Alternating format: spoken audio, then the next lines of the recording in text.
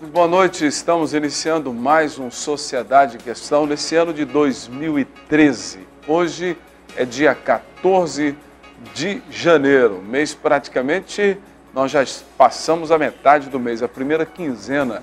Amanhã completa a primeira quinzena do mês de janeiro, do início deste ano. Espero que nós tenhamos um ano diferente, né? Espero que tenhamos um ano com menos violência, espero que as autoridades que têm a responsabilidade de produzir segurança possa estar cada dia mais alerta e trabalhando e bem equipada para que a sociedade tenha segurança. Tanta morte, tantas ações violentas que nos assustam. Metade dos jornais sobre violência, todo mundo falando sobre violência, pessoas morrendo, crianças.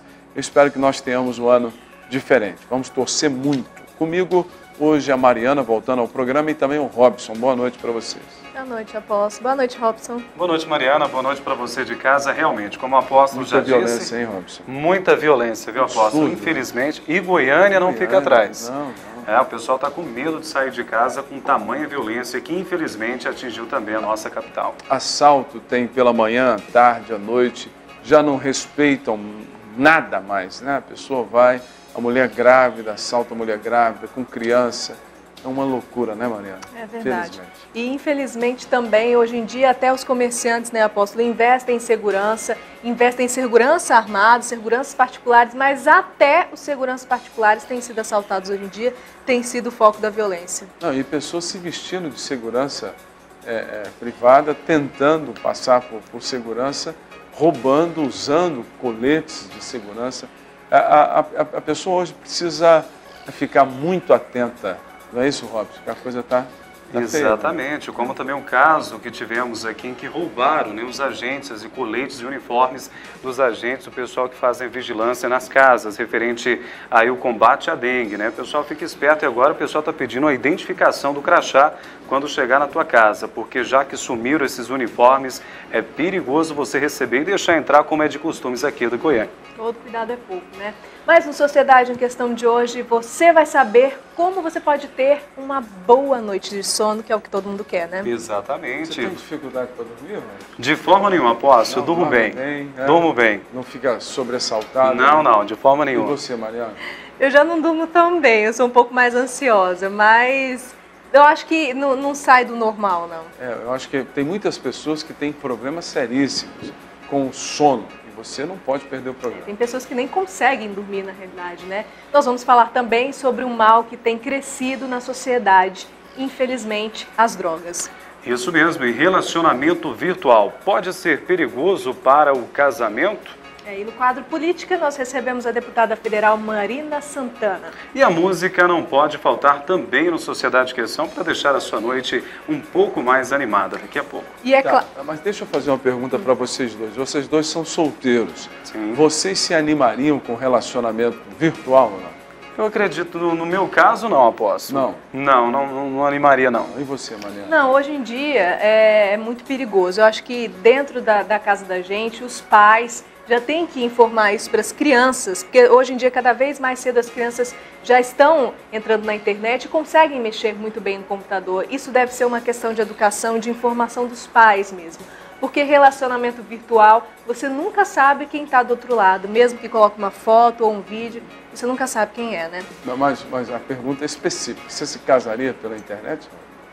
Não. Não? E você? De jeito nenhum. De forma nenhuma. Nada? Não daria Vamos certo. ver quem é. Hoje a nossa enquete é sobre um outro problema que nós vamos também abordar aqui. Você acha que as drogas no Brasil viraram um problema de saúde pública?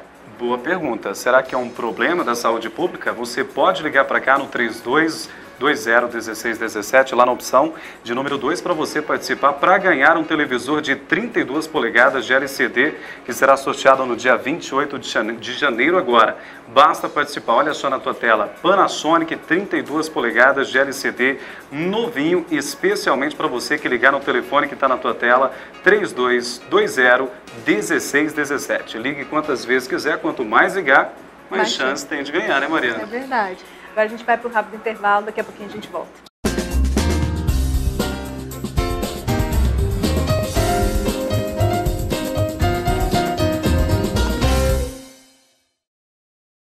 Já voltamos com Sociedade em Questão para mais informações para você que está ligado na Fonte TV, feita exclusivamente para você. O telefone 3220-1617, à sua inteira disposição para você ligar quantas vezes quiser e concorrer a um televisor Panasonic 32 polegadas, que nós vamos sortear no dia 28 agora de janeiro no Sociedade em Questão. Responda a nossa pergunta de hoje. Olha só, você acha que as drogas no Brasil viraram um problema de saúde pública? Sim ou não? Quanto mais você ligar, mais chances você tem de ganhar. E para participar ao vivo do quadro de entrevistas no programa de hoje, 3254-1079, também à sua disposição. Quero convidar você a ligar, fazer a sua pergunta aqui na Fonte TV.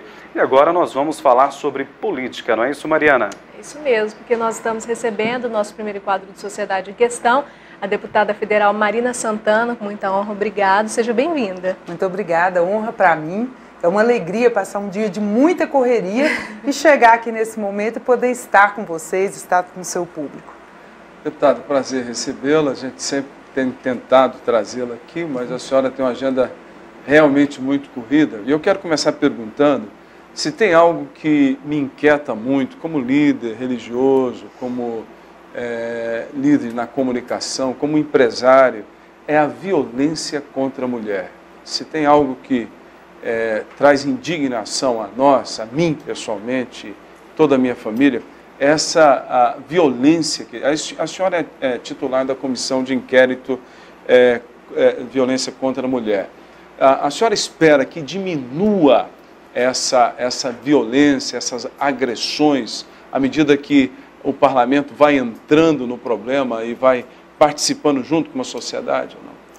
Pastor César, nós estamos hoje com um quadro que nós sabíamos que teríamos mais ou menos em mãos, mas nós aprofundamos o conhecimento sobre como está o Brasil, como está o estado de Goiás, como estão as cidades do Brasil, o Poder Judiciário, para o cumprimento da Lei Maria da Penha e do restante também da legislação que trata dos abusos, trata de todo tipo de violência contra a mulher. E nós, de fato, entendemos que tem toda a possibilidade, em cada lugar, em cada esfera do Brasil, há possibilidade de as mulheres não sofrerem o número de violência que sofrem e, ao mesmo tempo, de haver punição de fato e de haver até o cuidado psicológico com os agressores, além da própria punição, também tentar compreender o quadro individual em cada crime e fazendo essa articulação nacional, que é o nosso Plano Nacional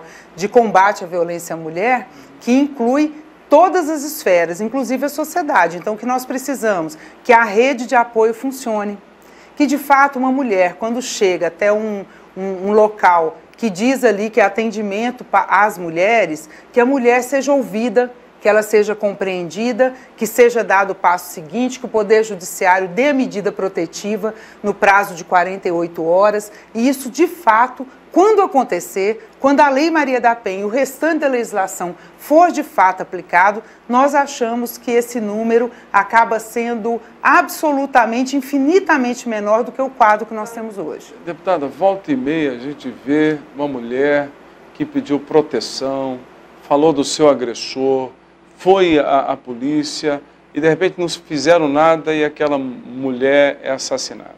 Por que tem essa demora em produzir esse tipo de proteção? Quando tem uma denúncia verdadeira, a polícia já foi, a delegada já viu, a questão realmente é séria e não fazem nada. É porque é preciso ter de fato essa proteção.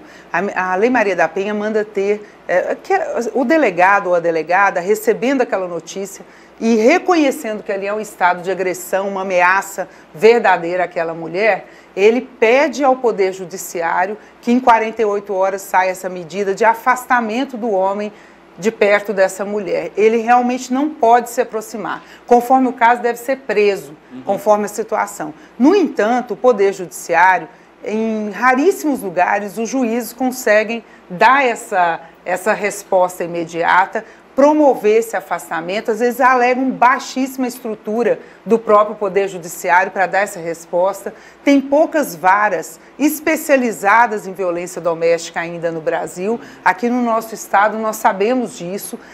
Outra coisa também importante nesse sentido, às vezes a mulher chega, ela está com marcas no corpo, ou sofreu uma agressão sexual, um estupro, uma coisa grave desse modo, ela às vezes precisa percorrer quilômetros, quilômetros e quilômetros por conta própria para chegar ao IML, conseguir fazer aquele exame e às vezes, quando é o caso específico do estupro ou quando ela foi muito machucada, tem sangue no corpo, tem sangue nas vestes, essa mulher, ela carrega em seu corpo a prova da autoria do crime. Então ela não pode sofrer esse tipo de situação, porque primeiro ela é desestimulada a fazer a denúncia. Segundo, que não vai se chegar à autoria, depois o sofrimento é tão grande que não consegue o resultado que precisaria, essa mulher acaba sofrendo uma agressão maior, ela não tem para onde ir, muitas vezes delegados de polícia fazem vaquinha para que essa mulher volte para a própria casa, porque não tem para onde mandá-la, não tem casas-abrigo suficientemente. Aqui em Goiânia, o prefeito Paulo Garcia acaba de anunciar, há cerca de um mês, a construção da Casa-Abrigo de Goiânia. Mas o que temos hoje é o Cevan, que é conhecido de todos nós, que é da sociedade civil. Não há em outro lugar no nosso estado, assim como em grande parte do país, esse abrigamento. Então a mulher sai de casa, às vezes sob ameaça, ou sofreu já uma violência física, ou violência moral de qualquer ordem, patrimonial, de todos aí que a lei distingue, e leva seus filhos pequenos. Chega na delegacia, para onde ela irá? Então, a rede precisa toda funcionar. O juiz precisa atender a sensibilidade do profissional ali da Polícia Civil, que avisa para ele, através de um relatório, que aquele é um caso de levar uma medida protetiva. Então, toda a máquina precisa funcionar, gente. Aí começa assim, como é que começa uma violência? Pastor César, vocês todos sabem como funciona. Às vezes a mulher está sendo chamada de burra. Chama a mulher 500 vezes de burra. Fala, você é burra, você não sabe fazer nada. Não deixa que a mulher se encontre com a família. Não deixa que ela tenha amigos e amigas. Não deixa que ela tenha uma vida social. Essa mulher, ela é tão humilhada que às vezes ninguém compreende por que essa mulher não fica reiteradamente na delegacia. Às vezes ela é tão humilhada que ela não consegue. Não consegue. Ela está amputada, às vezes, emocionalmente. Muito bem, são 9h18. Vou atender a primeira participação por telefone. Alô? Alô? Boa noite, quem fala? Boa noite. É a Glácia Mônica. Fala da onde? Falo do Fim Social. Qual é a pergunta para a deputada? Só um minuto, por favor. Marina, li em um jornal essa semana que mulheres estão cada vez mais presentes no mercado e na política. Temos grandes mulheres como exemplo na nossa realidade, a nossa presidente Dilma e você como deputada Marina Santana. O que você acha desse novo quadro político como as mulheres mais presentes? Posso? Ótima pergunta. Obrigada, viu, pela pergunta. Na verdade, as mulheres, de fato, como você identificou, estão crescendo muito. Você vê na nossa velha capital, ali a cidade de Goiás, acabou de eleger uma mulher prefeita, uma professora, funcionária pública. Não é uma mulher, assim, chique, diferente das outras. A própria presidenta Dilma é uma mulher uma trabalhadora, servidora pública e que foi levada à condição pelo povo brasileiro à presidência. Então, o que nós precisamos, eu acho, isso daí eu penso, não é todo mundo que pensa assim, eu penso assim, nós precisamos fazer umas pequenas modificações na nossa legislação para que haja paridade de gênero, quer dizer, para que tenha o mesmo número de homens e mulheres nas listas eleitorais, porque as mulheres já são maioria em todos os níveis de educação formal. Desde o aprendizado inicial da alfabetização de adultos e adultas, as mulheres são maioria, até o pós-doutorado. Então, as mulheres estão preparadas, assim, né? A gente chega com essa informação como você também nos passou. Então, é possível que as mulheres estejam conquistando novos graus de presença pública, seja no trabalho, seja em qualquer espaço e também na política, claro que sim. Isso daí a gente tem que fazer uma pegada, vai se preparando, vai trabalhando e ao mesmo tempo mudando um pouco a nossa legislação, que ela dá preferência à permanência de quem já está. Ou seja, como lá na Câmara Federal de 513, apenas 14%, menos de 14% de mulheres, menos de 10%, para falar a verdade, no quadro inicial. Não deveria ser assim. Não deveria ser, mas ainda é. São 9h20, deixa eu atender mais uma pessoa por telefone. Alô? infelizmente caiu, Lívia. Vamos lá. Eu gostaria de voltar no assunto, deputada, a respeito dessa questão da violência contra a mulher, porque a gente estava falando que essa violência começa dentro de casa, às vezes com pequenas coisas. E existem mulheres que não denunciam e muitas vezes não têm coragem de sair de casa, porque sair desse ciclo de violência, porque não tem como se sustentar. Não, ele paga, ele coloca dinheiro dentro de casa, como é que eu vou me sustentar? Não tenho escolaridade, não sei fazer nada porque me casei muito cedo. Existe um projeto de lei para que beneficie essas mulheres, né? Existem muitas leis hoje e, felizmente, por exemplo, Bolsa Família já vai para mulheres preferencialmente dentro do meio familiar. A mulher é que recebe. Os assentamentos também, os assentamentos da área mais de reforma agrária, do povo do campo, especificamente em relação às mulheres. O Minha Casa Minha Vida também dá uma força maior para que a mulher tenha titularidade. Isso daí protege um pouco, porque para que a mulher tenha uma tranquilidade um pouco maior e tenha um tempo para poder fazer o seu trabalho. No caso da Sudeco, tem uma coisa muito bacana que a gente está conversando para trazer para Goiânia também. Eu fui esses dias ali a uma entrega de diplomas de mulheres com o título Mulheres em Construção. Então foi feito um acerto entre o setor da construção civil do Distrito Federal, o governo federal e o GDF, e juntaram várias forças e as mulheres tendo curso para poder aprender um pouco mais de português, um pouco mais de matemática e depois um estágio na construção civil, para ser azulejista, para fazer qualquer coisa que pode ser feita dentro da construção civil. Então, acho que as mulheres precisam ter mais, organizar um pouco mais suas profissões, pensar nisso daí. Alguém está, eu vou me casar, todo incentivado, todo animado, está pensando em ter filhos e tal. É muito bacana, é muito feliz. É bom também pensar nessa profissão, que dá um pouco de independência, dá a condição de viver um pouco melhor. Mas hoje, até certo ponto, as mulheres têm mudado, né? Porque você vê, antigamente elas se casavam com 18, 17, hoje elas se formam primeiro, para depois pensar em casamento e depois que tiver uma estabilidade profissional, para ter filhos. Então, hoje houve já uma mudança na mentalidade. É uma geração diferenciada. Talvez por isso que as mulheres estão alcançando aí um patamar de igualdade com o homem. E eu acho que a questão também salarial, ela é muito séria, porque a mulher, infelizmente, no mercado ainda ganha menos do que o homem. Mas deixa eu atender mais um telespectador por telefone, são 9h23. Alô? Alô, boa noite. Boa noite, quem fala? Mônica. Fala da onde, Mônica? Falo da região noroeste de Goiânia. Qual é a pergunta para a deputada? Deputada Marina Santana, você que está à frente do projeto das mulheres, eu gostaria de saber quais os projetos você tem para aplicar na região noroeste da Grande Goiânia em relação à violência contra as mulheres, já que se encontra nas grandes periferias um número alto do índice contra a violência contra a mulher. E eu gostaria de saber o que você tem para implantar na nossa famosa região noroeste. Realmente é famosa. Essa é uma região populosa, querida, e ela é revolucionária, que ela começou ali no Jardim Nova Esperança em 1979. Todos nós que somos daqui nos lembramos disso, só as mais novinhas que ainda não.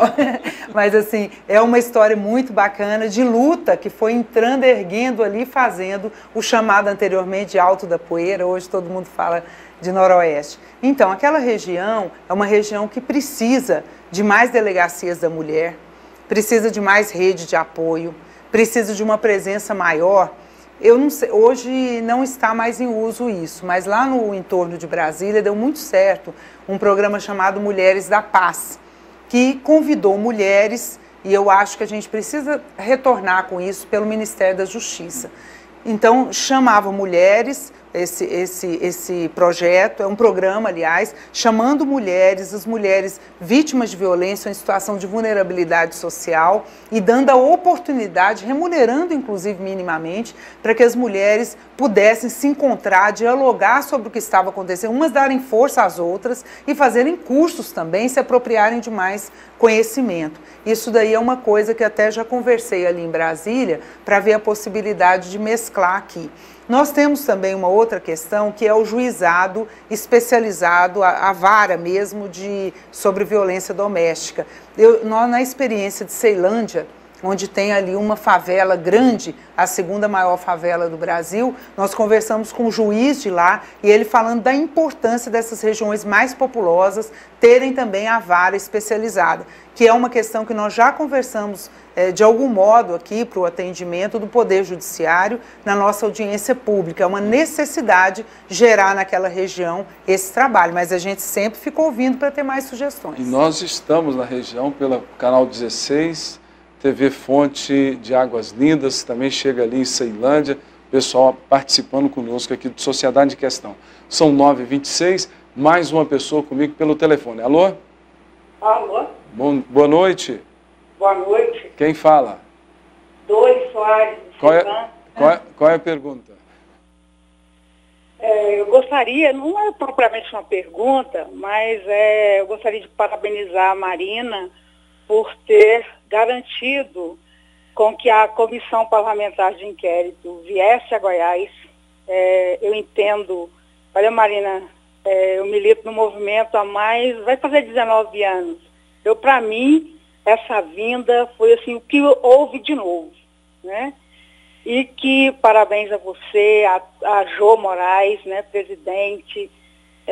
presidenta, né, presidenta, é bom sempre a gente lembrar.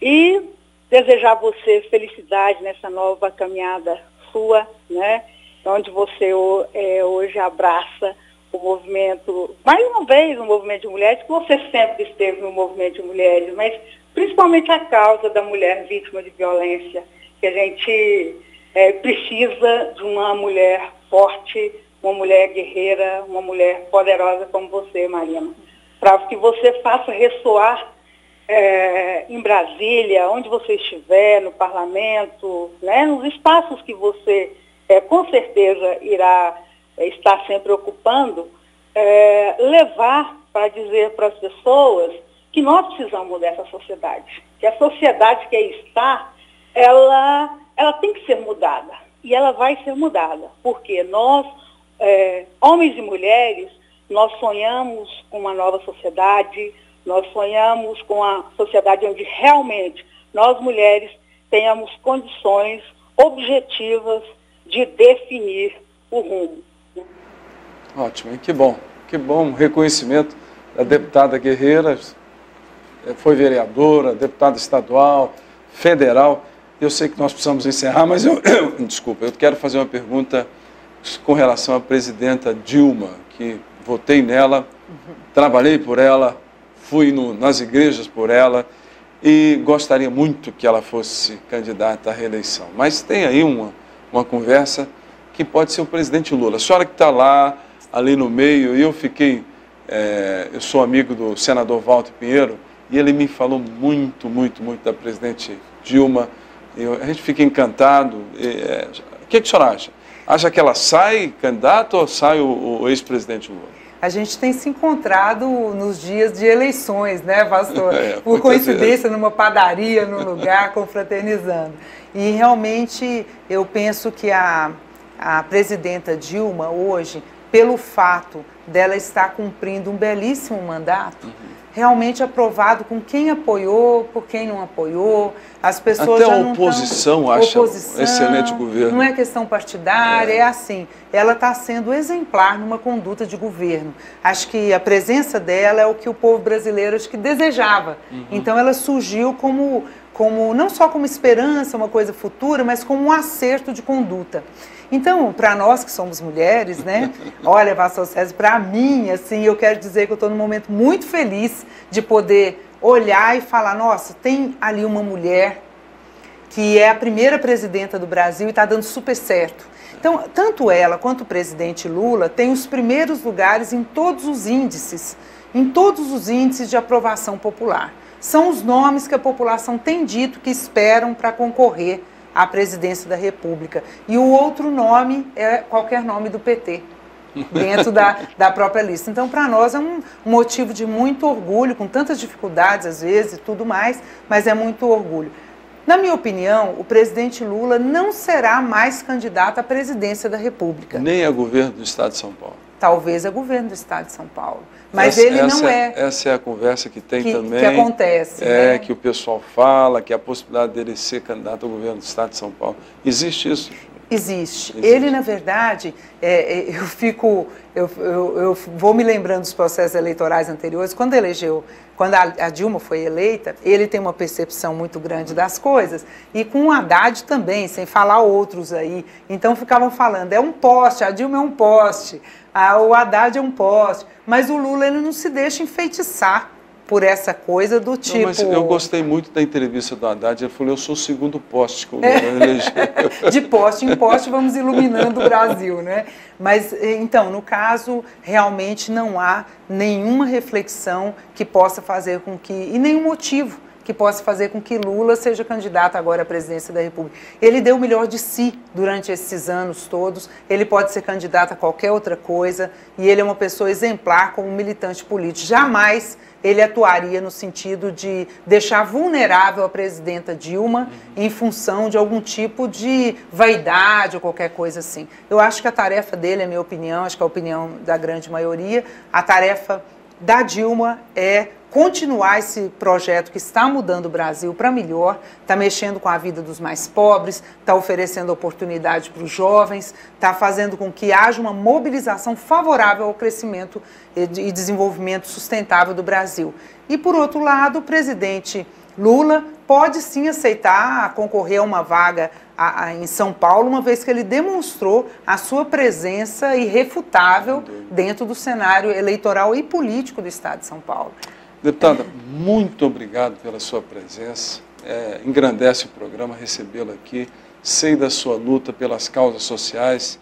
Conte com o Sistema Fonte de Comunicação do seu lado nesse período aí de batalha. Sei que a batalha já vem de há muitos anos e nós queremos que você possa contar conosco, que nós possamos estar juntos lutando pelas causas sociais.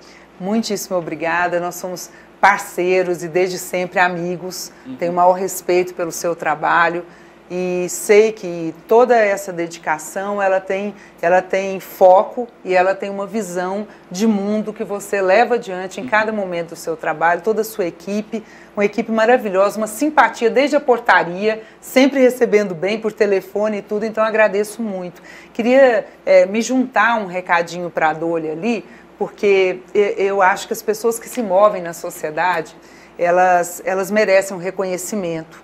Ali dentro do Cevan, nesses mais de 25 anos, aquela menina que todo o Brasil se comoveu por ser torturada, a Adriana Corsi a tirou daquela situação de tortura pública e tudo mais, aquela menina foi para o Cevan, foi abrigada no Cevan.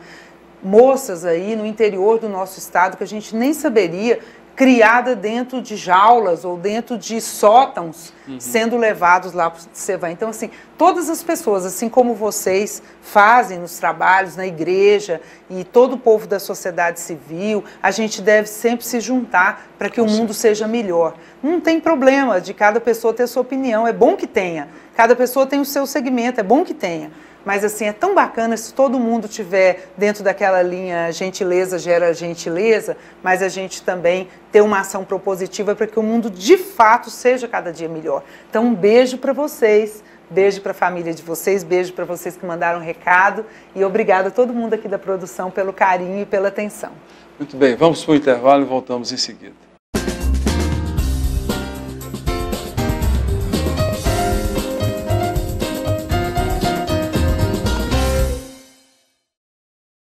Agora são 9h37, de volta com Sociedade em Questão para você. Mais uma vez, eu quero incentivá-la a ligar e participar com a gente. Está valendo essa linda TV que aparece agora na sua tela, uma TV Panasonic LCD, né? TV linda, de 32 polegadas, completa para você ter na tua casa, novinha, especialmente para você que ligar e responder a nossa pergunta.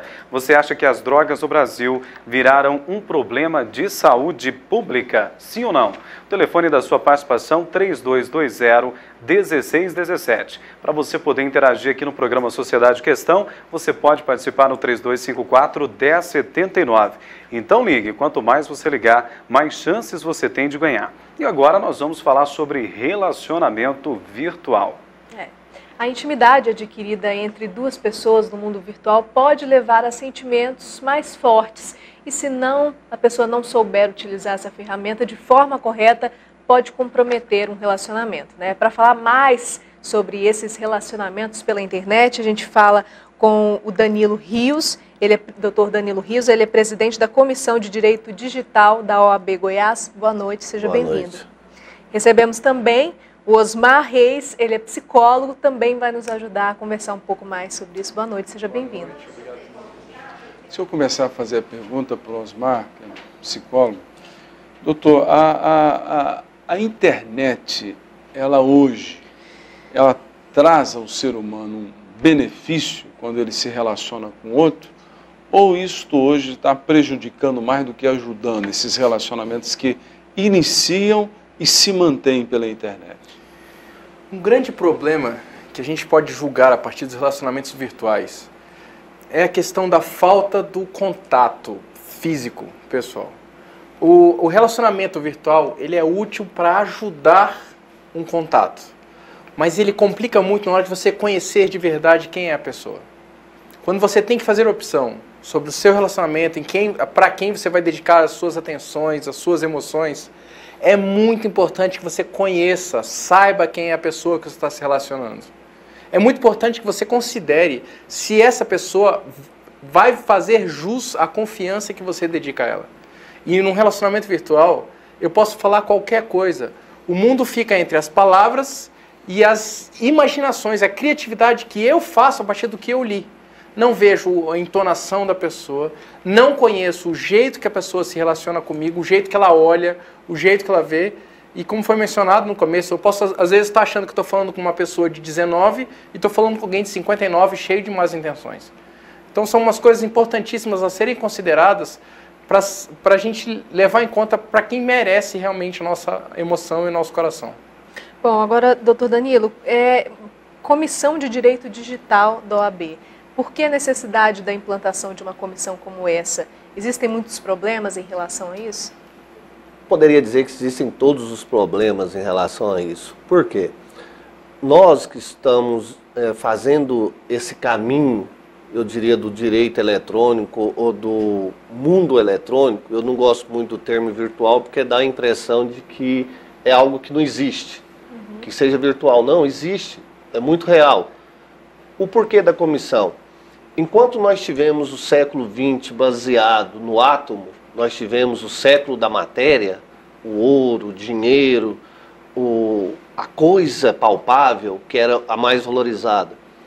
Hoje, o século XXI nos traz o século da informação. O maior valor hoje é a informação e não o ouro, ou o papel, o dinheiro, a terra, a casa, não. Hoje, a grande sacada do século XXI é que tudo gira em torno de informação. Para você ter uma ideia, enquanto você acessa um site, um exemplo, de uma companhia de turismo, enquanto você está averiguando os pacotes, os preços, a máquina dela está fazendo um backup do seu HD. Está puxando todas as suas informações. E aí a gente fala, mas isso não tem valor? Tem demais da conta. Por quê? Eles fazem um banco de memória com o seu nome, com o que você gosta, com o que você trabalha, com o que você pretende comprar, onde você anda, e passa a vender essas informações para redes que necessitam. Meu Deus, então a gente não sabia disso, né? Eu sabia. Uma pergunta é, isso é crime? Hoje não. Por quê? Nós temos vários problemas. Mas só concluindo essa ideia. Para você ter uma ideia, um dia eu estava em Orlando, nos Estados Unidos. E eu tinha um telefone desses, smartphone. Deu na hora do almoço, mais ou menos, meio-dia, apareceu uma mensagem. Eu falei, mas em Orlando? Peguei inglês, minha esposa fala inglês. Falei, Ana, o que é isso? Não, aqui está falando que é o seguinte, já está na hora do almoço, a 3 quadras daqui tem um restaurante McDonald's que você pode ir lá para almoçar. Olha só. Eles pegaram minha localização por GPS, sabiam onde que eu estava, que eu comia no McDonald's e me mandaram um aviso com o endereço de onde estávamos. Aquela informação foi vendida. Foi vendida, certamente, com né? certeza. Minha localização Ninguém foi faz vendida. isso só porque gosta do McDonald's. Agora você imagina o seguinte, você tem um plano de saúde que a sua informação está no cadastro. Você vai no médico, a sua informação está na internet. Eles puxam tudo. Quando você for fazer um plano de saúde ou um seguro de vida, eles vão saber a sua ficha médica, aonde você fez exame, quais são as suas doenças, as suas predisposições e o valor que eles têm que cobrar para ter lucro. Tá, mas isso não é crime por quê ainda? Porque o nosso Código Penal, o Código Penal brasileiro, ele não preveu isso. Isso, ele data de 1939. Ele entrou em vigor em 1940. Ou seja, ele tem mais de 40, 60 anos. 60 mais de 60 70 anos. anos. 70 anos. É. Acho que a televisão nem vislumbravam existia. isso naquela época. Agora tem um projeto de lei que já foi que correu no Congresso, que foi aprovado, salvo engano, ou foi sancionado esses dias, ou está para ser sancionado. Aí sim, defende várias coisas, igual vírus não era crime. Pior do que isso, só para vocês entenderem a grandeza do problema. Se eu pegar a carteira dele, eu cometo furto. O tipo penal do furto fala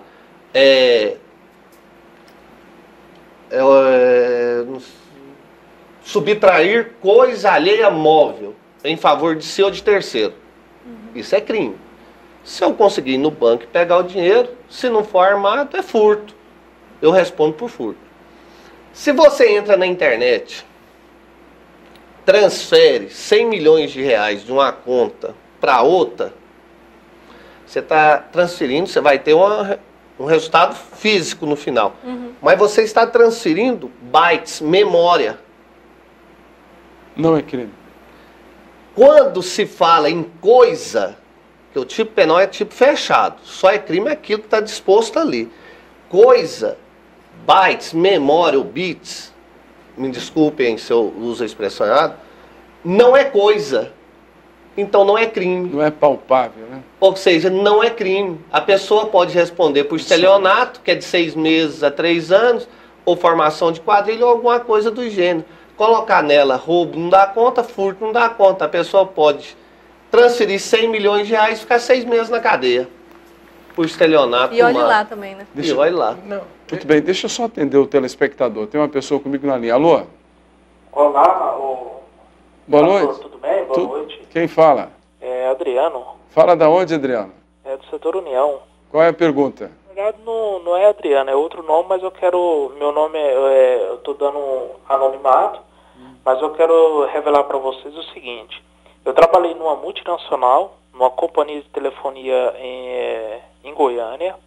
Eu tinha acesso a vários dados, principalmente celular, endereço, telefone empresarial, telefone pessoa física, telefone pessoa jurídica.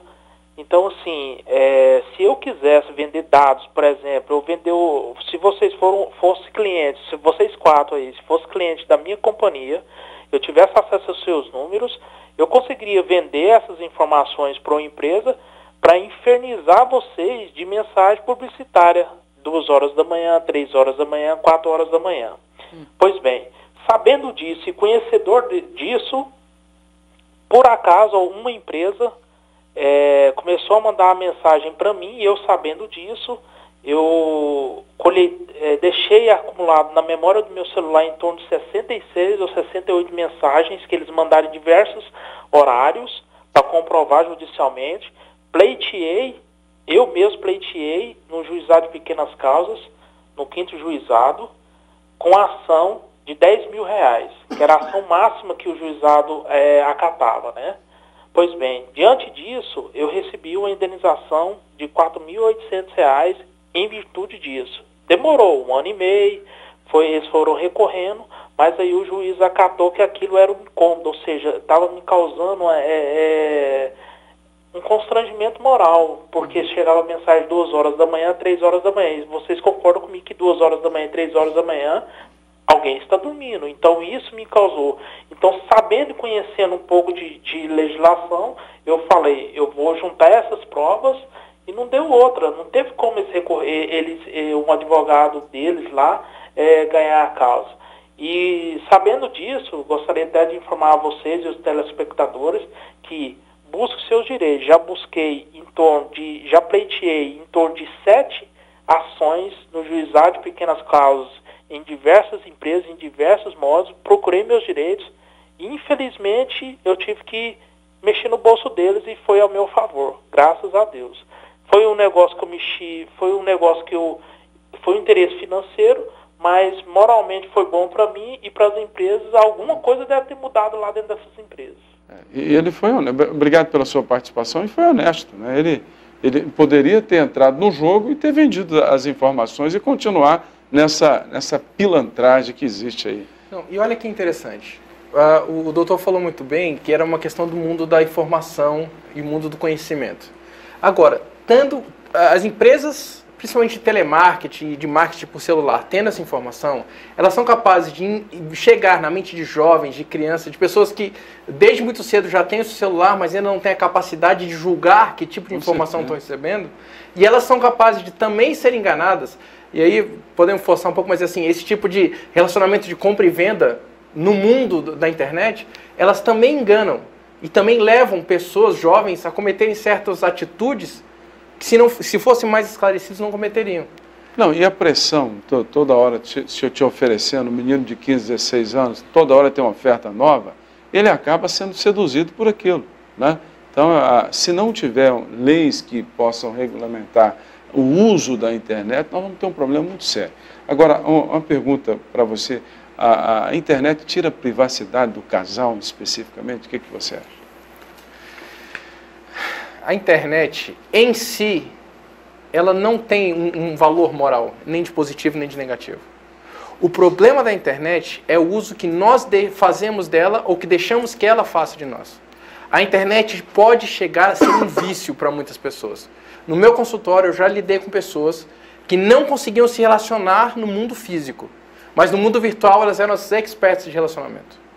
Então, se um casal vive mais no mundo virtual do que no mundo real, mais no mundo da internet do que no mundo real, ele está com sérias dificuldades e sérios problemas. E sim, interferem muito, sim. Mas interessante, eu observava muito, você ia visitar uma família, tinha 5 pessoas assistindo uma televisão. Eles não se comunicavam, mas eles estavam vendo um canal de televisão, pelo menos assistindo a mesma coisa. Agora você chega em casa, então tem 5 cada um na internet, cada um no seu mundo, né? Antigamente era um mundo só, a televisão. Hoje são 5 ou 6, cada um tem... Isso é prejudicial à formação da família, porque nem todo mundo tem o controle, né? Nem todo mundo tem domínio próprio, nem todo mundo tem um esclarecimento. E é sedutor a questão, a informação. Intervém, na sua opinião, prejudica a família ou não? Com toda certeza. Com toda certeza. Tira do pai a autoridade, fora uma série de outras questões, mas uma delas tira a autoridade, porque agora o filho começa a viver simplesmente baseado no que ele vê na internet, no que ele aprende. Tira do filho a chance de aprender com o pai, de viver com o pai. Famílias hoje, o senhor falou muito bem, apóstolo, famílias hoje estão cada um no seu canto, com o seu tablet, com o seu celular, com o seu computador, sentados. A TV ainda está ligada, mas no máximo é o pai ou a mãe só assistindo. O resto está todo mundo ou ninguém está assistindo, ou ninguém, tá todo só a TV ligada. Agora, doutor Danilo, essa questão, até puxando um gancho nessa questão da família, até que você falou, Osmar, da internet tirar a autoridade dos pais, né? Qual a importância disso? O quê? A maioria dos celulares hoje em dia tem como você entrar na internet, acessar as redes sociais, e por isso ninguém precisa de um computador mais, e cada um fica no seu mundo ali. Como é que os pais podem fiscalizar isso? Para que os filhos não caiam em um relacionamento errado na internet, se relacionar muitas vezes, que a gente sabe, pedófilos, pessoas mal intencionadas pela internet, ou terminar caindo em algum golpe também?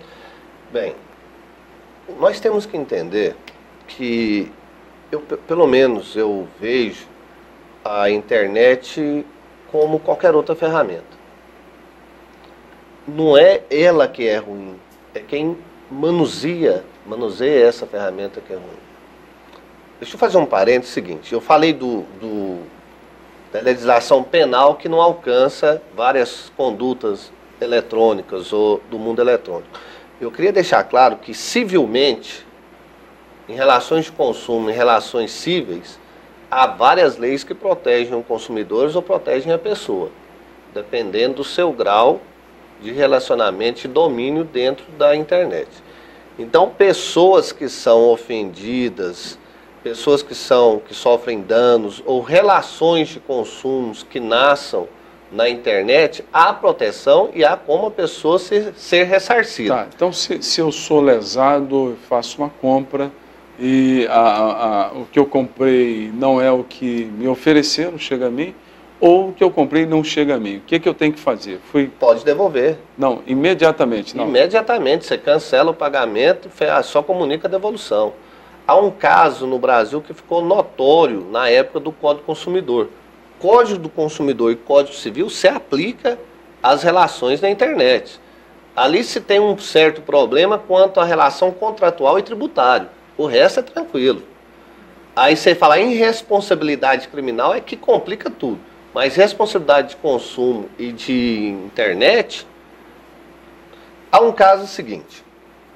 Essa história ficou conhecidíssima no Brasil na época do Código do Consumidor, que é aplicável na internet. Você tem, em compras feitas pelo telefone, salvo engano, são 7 dias para devolução do produto sem nenhuma taxa. Pela internet, eu acho, salvo engano, são 30 dias que você pode exercer o seu direito de arrependimento. Um rapaz em São Paulo conseguiu comprar uma BMW conversível 0 km na concessionária pela internet. É? Foi lá e retirou a BMW conversível. Não. Esse que é o caso. Retirou, fez a compra e tudo. Andou nela 29 dias. No 30º foi na concessionária e falou, eu vim exercer meu direito de arrependimento.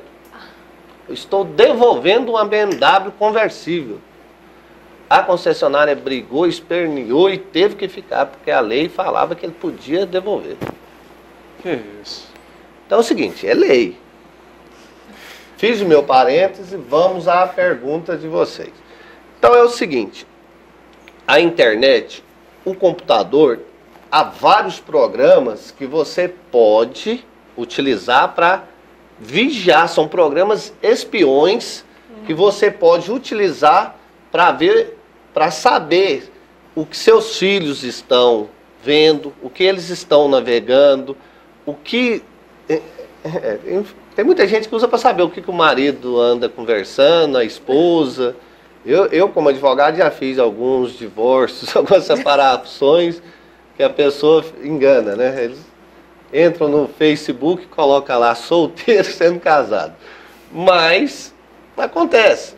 Que tem como você policiar? Tem.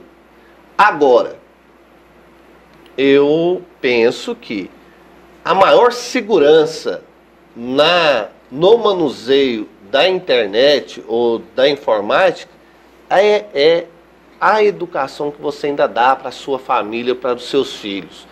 É o valor de família. Com certeza. Com certeza. Entende? É você saber sentar com a sua família e explicar para ela os malefícios e os benefícios de qualquer instrumento. Agora, o pai ou a mãe que não educa, não vai conseguir respeito. Quem pode falar mais é o doutor. Mas eu falo assim porque eu tenho um filho de 1 ano. Se eu não educar ele enquanto ele for novo, quando ele tiver 20, ele não vai me respeitar. Se não der o exemplo para ele enquanto ele for novo, ele vai se espelhar no que tem de errado. Com certeza. Então a família é criação, é igreja, é convivência e principalmente é exemplo. Se eu estiver errado, doutor, você pode me corrigir. Está certíssimo, doutor. Então é isso que eu penso. Agora Então, a internet... Muito bom. Internet é perigosa, mas... É mais benéfica do que... É mais benéfica e outra coisa. Não acaba. É da agora para pior. Não, para melhor. Com certeza. Muito obrigado pela presença de vocês. Obrigado por ter atendido o nosso convite. Eu sei que vocês são muito atarefados e honrou muito a presença de vocês no nosso programa. Muito obrigado. Vamos para o intervalo e voltamos em seguida. Da agora para pior. Pior não.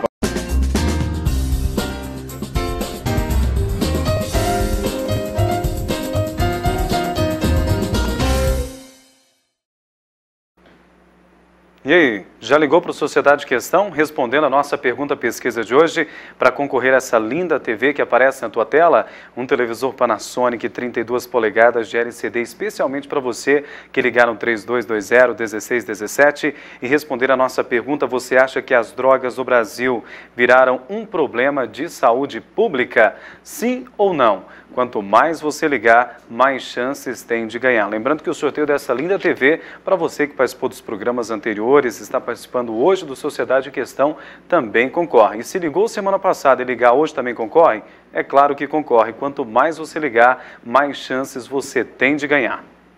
Bom, e agora a gente vai falar sobre saúde. Muita gente que sofre problemas para dormir justamente por causa dessas dificuldades de respirar, esses problemas nas vias aéreas. E para falar sobre isso, nós estamos com o otorrinolaringologista, doutor César Augusto Ceronini. Boa noite, seja bem-vindo, doutor.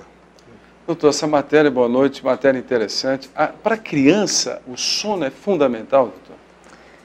É muito importante o sono, não só para as crianças, mas também para os adultos, evidentemente. Né? Se para os adultos é importante, quanto mais é para as crianças. A mãe que está nos assistindo e a neném tem problema de roncar, de dormir de boca aberta, ela tem que levar, é algo que assusta ou ela pode ficar tranquila, no outro dia ir lá procurar o pediatra para olhar? É importante a avaliação médica? É muito importante porque na faixa etária de 2 a 8 anos de idade, os órgãos linfóides eles se hipertrofiam na criança e as amígdalas e as vegetações adenoides, as amígdalas ficam na garganta e as adenoides por trás do nariz, entre as amígdalas e as narinas lá atrás. Elas hipertrofiam e bloqueiam a respiração. Então, tem vários graus de bloqueios e tem certos graus que realmente é muito preocupante. Ela tem que procurar um especialista. Exatamente. Tem os sinais. As crianças que respiram pela boca, ela começa a ver alterações osteofaciais. E a gente denomina de bird face, rosto de pássaro. Os dentes de cima, superiores, começam a sair um pouco para fora e criam um espaço entre a arcada dentária inferior e a superior. E o céu da boca fica ovalado e as narinas vão se atrofiando com isso. Então, quando o pai já nota que os dentes já está existindo problemas nas arcadas dentárias da criança, já é um sinal para que ele já procure o médico especialista para que não chegue a esse ponto, né? Porque pode ser até fatal. Tem casos que a obstrução acaba sendo muito grande em função de um resfriado, infecção, e realmente é muito preocupante. Tá, agora vamos falar sobre insônia. Insônia que é um mal que muita gente é acometido. O que provoca a insônia, doutor? Bom, várias, né? São vários as causas da insônia. Tem as insônias esporádicas e as insônias crônicas. Então, as esporádicas são essas que nós vemos cotidianamente, em função do estresse e drogas, medicamentos, e alimentação indevida, horários para dormir, desconforto e a série de causas que todo mundo já conhece. Agora, as insônias crônicas, elas já têm certas causas mais específicas. E hoje, o que mais interessa para nós aqui, para a população, seria a causa da depressão e da síndrome da apneia e hipopneia obstrutiva do sono. A depressão, ela inclusive pode ser oriunda dessa síndrome. E o que é a apneia? A apneia é uma parada de respiração durante o sono, até 10 segundos. acima de 10 segundos, evidentemente. E a hipopneia é a diminuição do fluxo. A pessoa respira, mas com 50% do fluxo e 4% de diminuição da oxigenação do sangue. Então, durante o sono, essas pessoas começam a ter problemas. É uma doença mais ou menos moderna, né? Porque hoje é o grande paradigma da medicina, está em cima dessa patologia, dessa síndrome.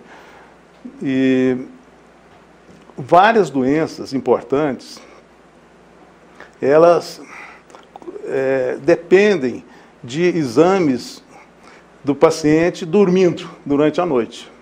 Porque quando a pessoa respira mal durante o sono, com essa síndrome obstrutiva, começa a diminuir a oxigenação do sangue, a oxigenação do cérebro, e a pessoa, para respirar, ela tem que puxar o ar com muita força, e cria até um efeito vácuo, que nós denominamos, que na garganta chega a haver uma pressão mais de 40 vezes ao normal.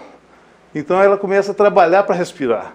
E o cérebro, ele tem que acordar, às vezes, a pessoa durante o sono profundo, porque se ele não superficializar o sono, a pessoa pode vir até a óbito. Então, o coração tem que trabalhar muito mais, e então gera fenômenos que pode ocasionar várias outras patologias. Quer dizer, pode causar todas as patologias, todas as doenças podem ser causadas por essa síndrome, porque o organismo nosso depende do oxigênio. Tá certo. Então... Tá certo, doutor. O senhor só atendeu o telespectador, eu quero voltar nessa questão que é seríssima. Alô? Boa noite. Boa noite, quem fala? Eu vou descer da Leponte, é o famoso batatinha. Deixa eu te falar um negócio. Eu quero perguntar ao doutor, eu acordo com o meu ronco, e outra coisa, eu não consigo dormir com a luz desligada. Se eu dormir com a luz desligada, eu pego dentro do quarto, que vira um trem muito estranho. E eu tenho hipertensão, que é hipertensão severa maligna. E outra coisa, está me prejudicando muito para dormir, que eu durmo 2, 3 horas por noite, quando eu consigo dormir. E se eu estiver sentado em frente à televisão, eu durmo sentado. É onde eu durmo mais um pouco. Peraí, vamos devagar. Primeira pergunta, você acorda com o seu ronco, é isso? Uhum. Você está dormindo, de repente ronca alto e acorda. E a segunda pergunta? É porque eu tenho hipertensão severa maligna. E outra coisa, a pressão é sempre alta demais. Tá. Entendeu, doutor? Sim, perfeitamente. Essa síndrome que eu acabei de explanar, ela realmente, uma das consequências dela é a hipertensão, a pressão elevada. E no caso do ronco, o que acontece? Geralmente o que emite o som é o véu palatino, é a parte de trás do céu da boca. Ela fica flácida e vibra com grande intensidade a passagem do ar. Em certos casos, a vibração é tão grande que ultrapassa a velocidade do som. É o caso da pinhola lá, do peão que estala. Então, tem pessoas que o barulho chega a ser realmente muito alto. Agora, doutor, a pessoa que perde o fôlego, né, a apneia, ele perdeu o fôlego, está dormindo, perde o fôlego ali, isso está acontecendo frequentemente, é perigoso para ele precisa procurar um especialista o mais rápido possível? A apneia, como eu disse, é uma parada de respiração acima de 10 segundos, que seria a perda do fôlego. Então, nós subdividimos em casos leves, moderados e graves. Então, tem casos que são gravíssimos, realmente. Então, quando tem é que constante, ser, como que a pessoa descobre se é o caso delegado? Geralmente, os sintomas começam a aparecer, né? A pessoa ela fica com sonolência durante o dia, muito irritada, porque às vezes ela nem sabe que tem esse problema. É uma doença às vezes invisível. Então, e às vezes ela procura um outro médico de outra área, outra especialidade, ele fica tratando às vezes só em cima daquilo. Por exemplo, vai atrás, trata só da hipertensão, mas a causa da hipertensão, às vezes é porque essa pessoa ela está tendo problema durante o sono. Então o coração dela tem que trabalhar mais, é aquilo que eu disse.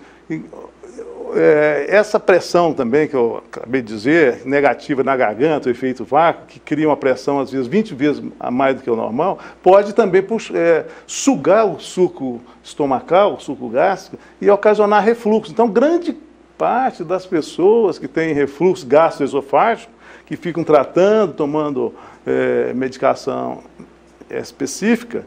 Então, esses pacientes, às vezes, eles poderiam ser curados com tratamento da síndrome da apneia e hipopneia obstrutiva do sono, porque uma vez ele passando a respirar bem durante a noite, ele não vai ter mais esse problema do refluxo. Então, como eu disse, prejudica todo o organismo. Doutora, tanto essa questão do ronco, quanto essa questão da apneia, qual é o tipo de tratamento dado para uma pessoa que tem esses problemas? O tratamento, quer dizer, tem aquele tratamento convencional, que nós denominamos de toalete do sono, né? Então, que eu disse sobre isso. E existem aparelhos, né, que favorecem a respiração do paciente à noite, que é o CPAP. E, no meu ponto de vista, que eu sou especialista nessa área, eu vejo, e pela minha experiência, que o tratamento mais eficiente é um tratamento otorrinolaringológico, que você vai fazer um exame no paciente, vai filmar o paciente todo por dentro, fazer manobras, vai detectar onde está existindo os bloqueios. Então, nós fazemos hoje as cirurgias, a maioria delas é sob anestesia local, o paciente opera de manhã, já vai embora depois da tarde. E você opera, e geralmente essas partes obstrutivas, elas se situam dentro das narinas, dentro da garganta também. Então, nas narinas tem a parte septal, que é a parede divide os dois lados, a parte dos cornetos, tem o corneto inferior, o corneto médio. Então, o ar tem que entrar nas narinas e formar como se fosse uma parábola, e tem que subir para depois descer. Então, nesses pacientes, o que acontece, geralmente? O ar entra por baixo, em vez de entrar por cima. Então, ele entra comprimido, com grande velocidade, e faz uma pressão negativa na garganta. E com o passar do tempo e também com a idade, essas estruturas na garganta, elas se tornam flácidas. Elas vão se tornando flácidas e vibrando com grande intensidade. Então, nessa cirurgia, nós hoje operamos tudo de uma vez. Então, você às vezes faz várias cirurgias no nariz, corrige, inclusive a válvula nasal, faz até uma plásticazinha no paciente.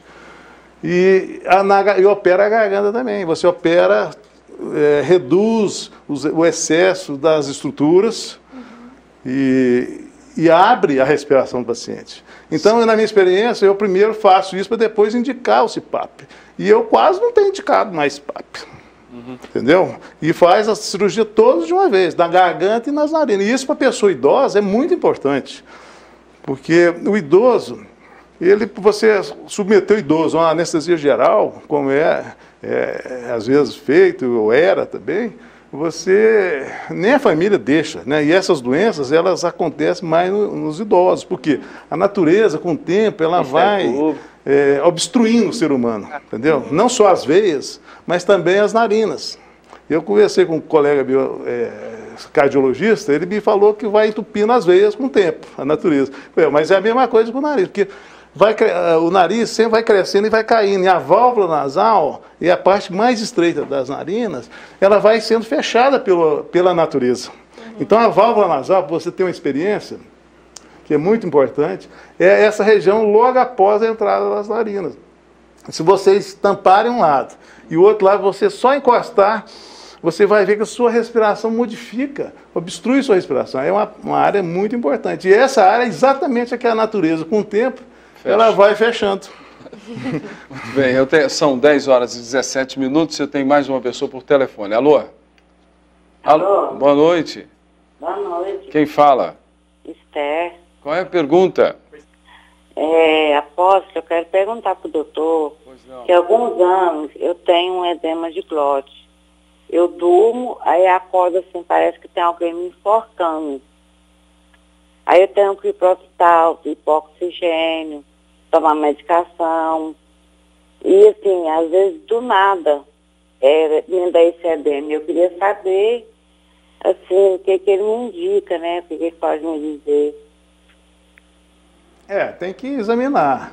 Medicina você não pode fazer diagnóstico assim.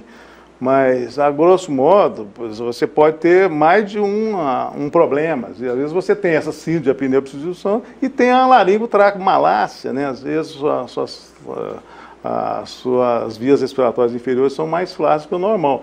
E pode existir outros fenômenos também, mas é muito importante a senhora avaliar à noite o que está acontecendo, porque, como eu disse, é uma doença invisível.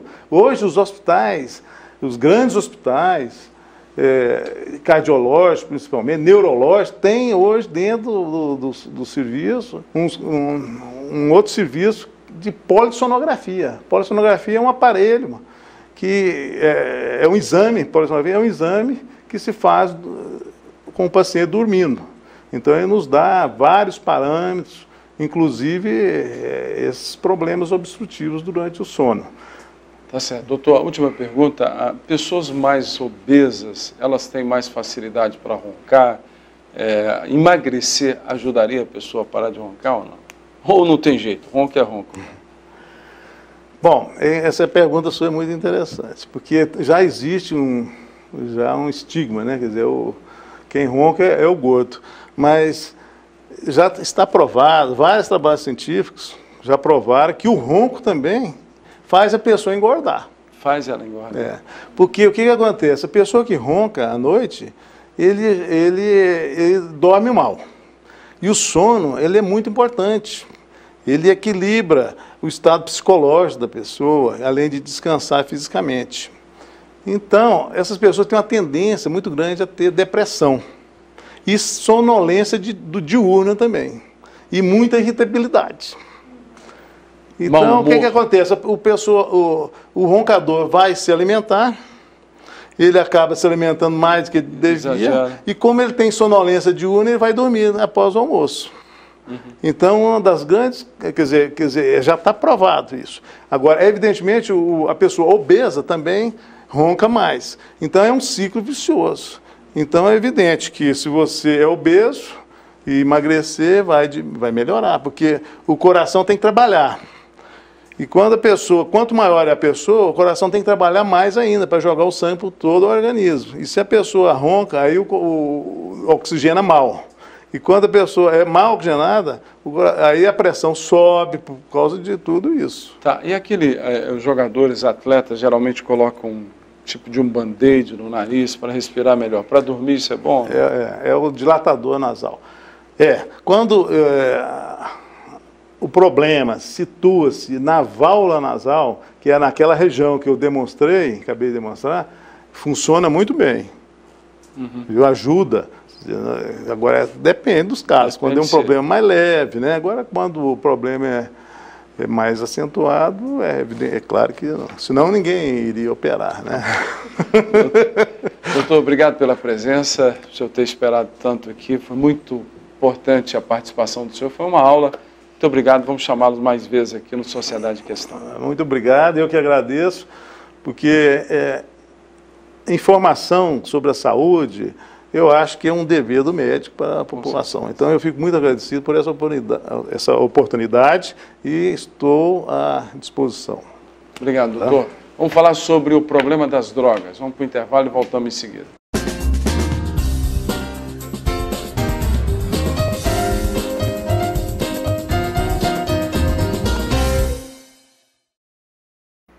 Agora são 10h26, aqui horário brasileiro de verão, ao vivo com Sociedade em Questão para você, trazendo debates, assuntos que são de interesse da nossa sociedade. Eu quero incentivar mais uma vez a você ligar para cá para concorrer a essa linda TV que aparece na tua tela, essa Panasonic LCD 32 polegadas, que será sorteada aí no dia 28 de janeiro. Você pode ligar no 3220-1617 e responder a nossa pergunta de hoje no Sociedade em Questão. Você acha que as drogas no Brasil já viraram, na verdade, um problema de saúde pública? Qual a sua opinião referente a esse assunto? Sim ou não? 3220-1617. Quanto mais você ligar, mais chances você tem de ganhar. E para participar das entrevistas aqui no Sociedade em Questão, você pode ligar no 3254-1079. E agora nós vamos falar sobre um assunto que, infelizmente, atinge toda a nossa sociedade. O assunto de agora é drogas. Pois é, olha, a gente vai falar agora sobre essa questão das drogas que, como o Robson disse, tem afetado todo o país. No estado de Goiás, a gente tem visto muitos casos, principalmente do grande número de dependentes de crack. E esse enfrentamento em relação a esse tipo de crime e esse tipo de droga, a gente tem visto de forma muito grande aqui no estado de Goiás pela DENARC. E sobre esse assunto a gente vai falar hoje, então, com o doutor Eduardo Prado. Ele é delegado adjunto da Delegacia de Narcótico e Repressão a Narcóticos. Boa noite, doutor, seja bem-vindo. Boa noite, nós, em nome da Polícia Civil do Estado de Goiás, doutor Odair, delegado titular da DENARC, nós agradecemos mais uma vez a oportunidade de estarmos aqui com o apóstolo César, com você, Mariana, sempre nos contribuindo para a repressão e para o trabalho da Polícia Civil no nosso querido Estado de Goiás. Tá ótimo. A gente fala também com o doutor Wesley Oliveira Assis, ele é psiquiatra. Vamos falar também, já que é no tema da nossa enquete, se as drogas são hoje um problema de saúde pública, falamos então com o doutor. Obrigado, doutor, seja bem-vindo. Agradeço a oportunidade de estar aqui. Me coloco sempre à disposição para referência à questão da dependência química e da psiquiatria em geral. A psiquiatria tem ajudado a questão da dependência química? Chega muitas pessoas ali dependentes e que podem ser ajudadas, têm sido ajudadas? Na verdade, a dependência química, ela tem uma complexidade muito grande nos seus fatores causais e também, por causa dessa diversidade de fatores que levam ao uso de drogas, a abordagem não é só da psiquiatria, tem que ser abordagem multiprofissional, abordagens que levam a construir toda uma rede de proteção, de esclarecimento e de cuidados, que envolve a psiquiatria no diagnóstico, mas também envolve a psicologia, a terapia ocupacional, a enfermagem, envolve toda a rede da parte judiciária, a repressão. Então, é isso que é o grande problema que está levando o problema da droga a uma progressão muito grave, é por falta de interação de todas essas dimensões. Hoje é um problema de saúde pública? É um problema de saúde pública grave, está desenvolvendo, sem que políticas públicas adequadas façam conter o avanço. Todos os casos estão inexoravelmente evoluindo para gravíssimo, sem que haja uma intervenção precoce. A intervenção é nas escolas. Hoje você tem um CAPS, por exemplo, que tem a função de trabalhar nas escolas, as funções todas, ele fica só com a função curativa. Ele não faz a prevenção, não capacita os professores, então o sistema está todinho insuficiente. Tá. Doutor Eduardo, Goiás é rota de tráfico ou não? Com certeza. Hoje o estado de Goiás, ele é um estado centralizado, um estado emblemático no ponto de distribuição de drogas. O Brasil, por si só, ele faz fronteira com cerca de 17 mil quilômetros dos maiores produtores de droga mundial. Colômbia, Peru, Paraguai e a Bolívia são os maiores produtores. Os Estados Unidos tem 1.600 quilômetros de fronteira com esses países. E nossa preocupação é justamente com isso. Por quê? Essa fronteira do Brasil, uma fronteira aberta, uma fronteira mal vigiada, a realidade é essa. Nós, infelizmente, hoje, no Brasil, nós não temos uma política séria de segurança pública em relação à fronteira do Brasil. Há um livro que divulga muito bem essa problemática brasileira. As fronteiras abertas, os Estados Unidos têm uma fronteira de 1.600 quilômetros ali com o México, nós a fronteira aberta, e essa droga, infelizmente, o estado de Goiás é um estado rico, em crescimento, grandes traficantes vêm se centralizando no estado de Goiás, coordenando a distribuição de droga para outros estados, e sinal disso é a nossa estruturação da DENARC, o recorde do estado de Goiás, e um dos recordes nacionais de apreensão foi no nosso departamento, na nossa delegacia de repressão a narcóticos, mostrando sim que essas organizações criminosas estão utilizando o estado de Goiás como distribuição de drogas para todo o Brasil. Tá ok, são 10 horas e 31 minutos, eu vou atender a primeira pessoa pelo telefone nesse bloco. Alô? Boa noite, apóstolo. Boa noite, quem fala? Apóstolo, é o Jonas Rocha aqui do setor Pai Salveiro. Pois não, Jonas. Eu sou participante que eu acompanho o programa do senhor sempre e queria deixar aí um abraço especial para o Dr. Wesley. No ano de 2000 eu passei lá na casa de Eurípides e gostaria de parabenizar o trabalho deles lá e pedir que as famílias, que as pessoas que não conhecem a casa de Eurípides passem a conhecer, pois lá é uma casa de bênção, uma casa que acolhe mesmo com carinho, com amor. A prova disso tudo é a minha pessoa. Então, só isso que eu queria dizer. Olha, doutor Wesley, um grande abraço pro senhor, parabéns pelo trabalho, e eu quero que o senhor leve também um abraço para o doutor Gesiel. Muito bom, né, doutor? É conhecimento, trabalhei 15 anos na Casa de Eurípides, não estou mais lá, mas é um trabalho que, se tivesse apoio institucional, conseguia ampliar o número de atendimento. Hoje está realmente sobrecarregado, não consegue atender a demanda. E o senhor acha que o trabalho religioso, quando ele é especializado com relação à recuperação de pessoas dependentes químicos, ele é fundamental na recuperação do homem? Não existe nenhum serviço de atendimento que tenha um perfil para atender todos os usuários, mas com certeza a religiosidade é um dos grandes prepulsores da recuperação, porque na verdade existe uma diferença entre desintoxicar e recuperar. Desintoxicar tem a ver com droga, recuperar tem a ver com comportamento, problema. E a religiosidade, nesse sentido, ele pode libertar o indivíduo de diversos comportamentos, libertar a consciência dele.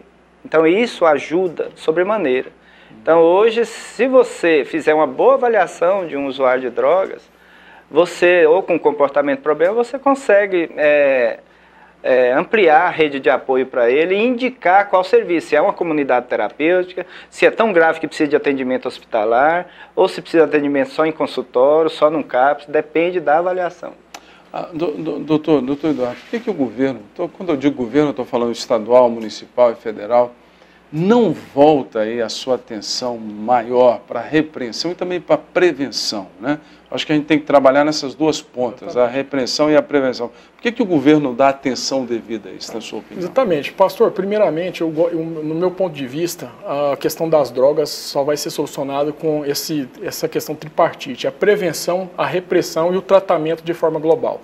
A prevenção com políticas sérias, não políticas demagogas. Políticas sérias de quê? Valorização do professor, a questão da educação, o resgate da família brasileira, porque hoje a família é degradada, a questão da religião, né, o resgate justamente dessa questão de valorização da família que foi perdida. Hoje nós observamos que pai não sabe onde os filhos andam, os filhos não respeitam os pais. Quantas crianças chegam na delegacia, pais atrás de filhos, não sabem com quem o filho está andando, qual o telefone celular do filho, o que o filho frequenta. Então é a questão de resgate social. Né? Infelizmente, o governo virou as costas para essa questão. As crianças cheiravam cola na sociedade, batiam nos carros, nos sinaleiros há 20 anos atrás, e nós não fazíamos nada. Infelizmente, o indivíduo, hoje é questão de individualismo. Porque hoje o crack, a questão dos zumbis que eles falam de forma até denigrindo a imagem dessas pessoas que são pobres coitadas, as pessoas que precisam de ajuda, são vistas hoje, às vezes, com uma necessidade urgente, porque estão incomodando a sociedade, aumentando furto, aumentando roubo. Então é uma questão social de valorização de políticas públicas, resgate social, valorização dos professores, da educação de forma global. Questão do policiamento, questão da repressão, é a questão de que eu acabei de falar. Nós temos que investir nas polícias, investir na Polícia Federal, fazer a questão da segurança nas fronteiras para evitar que os nossos países vizinhos transportem drogas para cá. Falando nisso, a delegacia que o senhor pertence tem quantos profissionais? Nós hoje, pastor, a Delegacia de Repressão Narcótica, hoje nós contamos com 4 delegados adjuntos e o delegado titular, que é o Dr. Odair. E na questão do combate efetivo do tráfico de drogas, nós hoje estamos com cerca de 20 policiais civis para todo o estado de Goiás. Isso é insuficiente. É insuficiente, né? E nós temos que, para esses números que vocês estão acompanhando, nós trouxemos algumas operações, pegamos 4 toneladas de maconha em 2012, cerca de 700 quilos de cocaína, 3 mil comprimidos de êxtase, divulgando, né, a questão da apreensão. Nós temos essa matéria. Nós temos algumas imagens aí. Podia soltar essas imagens. Essas operações aí foram aconteceram esse ano de 2012. Nós chegamos a incinerar 8 toneladas de maconha e nós focamos também essas apreensões, ô apóstolo, a questão da apreensão do sequestro de bens, porque nós objetivamos ali na DENARC a questão financeira dos traficantes. Então nós sequestramos ali mais de 50 veículos, 3 fazendas, chácaras, mais de 5 residências, tudo em Goiás e no Mato Grosso. A questão ali na DENARC é justamente essa. Nosso foco é, além de aprender essa grande quantidade de droga, também quebrar, no jargão da Polícia Civil, as pernas financeiras dos traficantes, porque eles de forma rápida, eles compram drogas, se associam, roubam veículos, levam para o Paraguai, trocam por droga, traz para Goiás, então é uma questão que vai exatamente interligada. Então, completando, apóstolo, nós temos que investir na polícia. Nós temos um projeto de lei aí para a criação do departamento de drogas aqui no estado de Goiás, onde nós iremos criar núcleos em todos os municípios, micro-regiões, nas regionais da Polícia Civil, e investimento de recursos próprios. Hoje nós não trabalhamos com verba própria, nós não temos dinheiro para investir autonomia financeira, e nós precisamos disso. E a outra questão, além desse investimento na polícia, tanto federal, tanto no Exército, combatendo a entrada da droga, a questão do tratamento do usuário, né, tratar com civilidade. Hoje nós temos dificuldade, o doutor é muito mais hábil para falar sobre isso, mas eu, como autoridade policial, já tive dificuldade de conseguir internação para usuários que vão até a DENARC pedir esse auxílio. Nós não temos uma política séria de tratamento, né, de reinserção dessas pessoas na sociedade, e a questão também de desintoxicação, que é um projeto muito amplo. Hoje não há uma política séria, não só no estado de Goiás, mas em todo o Brasil, uma política séria de tratamento. É uma epidemia hoje grave, né? Eu que estou ali na DENARC vejo crianças de 3, 4, 5 anos chegando ali, intoxicadas, sem pai, sem mãe. Realmente é uma coisa que Agora, essa questão, essa falta de estrutura, a gente pode ver todos os dias, a gente está na rua fazendo matéria sempre percebe isso. Sábado eu estava na delegacia da mulher, fazer um caso de violência, de um estupro de uma menina, e chegou uma mulher visivelmente drogada, descalça, enfim, aquela situação degradante mesmo. E ela chegou para a delegada para pedir ajuda. Não, eu quero me internar. Eu quero me internar porque eu não estou conseguindo mais ficar desse jeito. Eu quero me internar. E a delegada não tinha o que fazer, porque onde que tem? Veio perguntar, você sabe onde que tem lugar para internar essa pessoa? Não tem vaga, não tem em lugar nenhum para as pessoas conseguirem esse tratamento. Às vezes a pessoa, em um momento de lucidez, até pensa porque é difícil, né? A pessoa ter um momento de lucidez nessa situação. Existem alguns serviços. Eu trabalho no CAPS, que é o único CAPS do Centro-Oeste que faz acolhimento 24 horas. É em Aparecida de Goiânia. O CAPS AD 3, que é aquele CAPS que compreende a gente chama de acolhimento, não é uma internação. Ele fica lá 24 horas. Depois, como a maioria... É municipal, estadual? Municipal, ligado à Prefeitura de Aparecida, ali perto do Buriti Shopping, perto na Rio Verde ali. Essa rua aqui, lá na frente. Então, esse CAPS está lá aberto, fazendo acolhimento de usuários que têm o endereço de Aparecida de Goiânia. Ele acolhe esses usuários, desintoxica, faz o encaminhamento, eu faço o diagnóstico psiquiátrico, o psicólogo faz toda a abordagem. Então, se é do endereço de Aparecida de Goiânia, existe. E já está implementando o ADI, que é o álcool e drogas infantil. Já está em implementação, e a moradia assistida, para aqueles casos onde o usuário já está na rua, em condições de vulnerabilidades extremas, você começa a desintoxicar, o que adiantaria? Desintoxicar não tem moradia, então a moradia assistida, ele passa a noite lá e volta para o casa. Isso é a Prefeitura de Aparecida. Vamos parabenizar o prefeito de Aparecida, isso aí é algo louvável. É o primeiro, mas, puxa, é o início de um começo aí, quem sabe, de uma política pública séria. 10h41, mais uma pessoa por telefone. Alô? Alô? Boa noite, quem fala? Boa noite, é a Rejane, tudo bem, pastor? Tudo bem, qual é a pergunta? A minha pergunta é porque há muitos anos atrás eu tive uma irmã com um problema de depressão e ela ficou internada ali na casa de Eurípides. E eu queria uma pergunta a respeito disso, porque dizem que as pessoas quando ficam internadas lá, diz que em vez de sair melhor, sai pior em questão de religião, porque eles falaram que lá eles são espírita. Eu queria que o senhor me respondesse a respeito disso. O que o senhor acha? Bom, é espírita lá? Eu não conheço. A Casa de Eurípides foi fundada por um movimento espírita, muito ligado a sanatórios, hospitais no Brasil inteiro.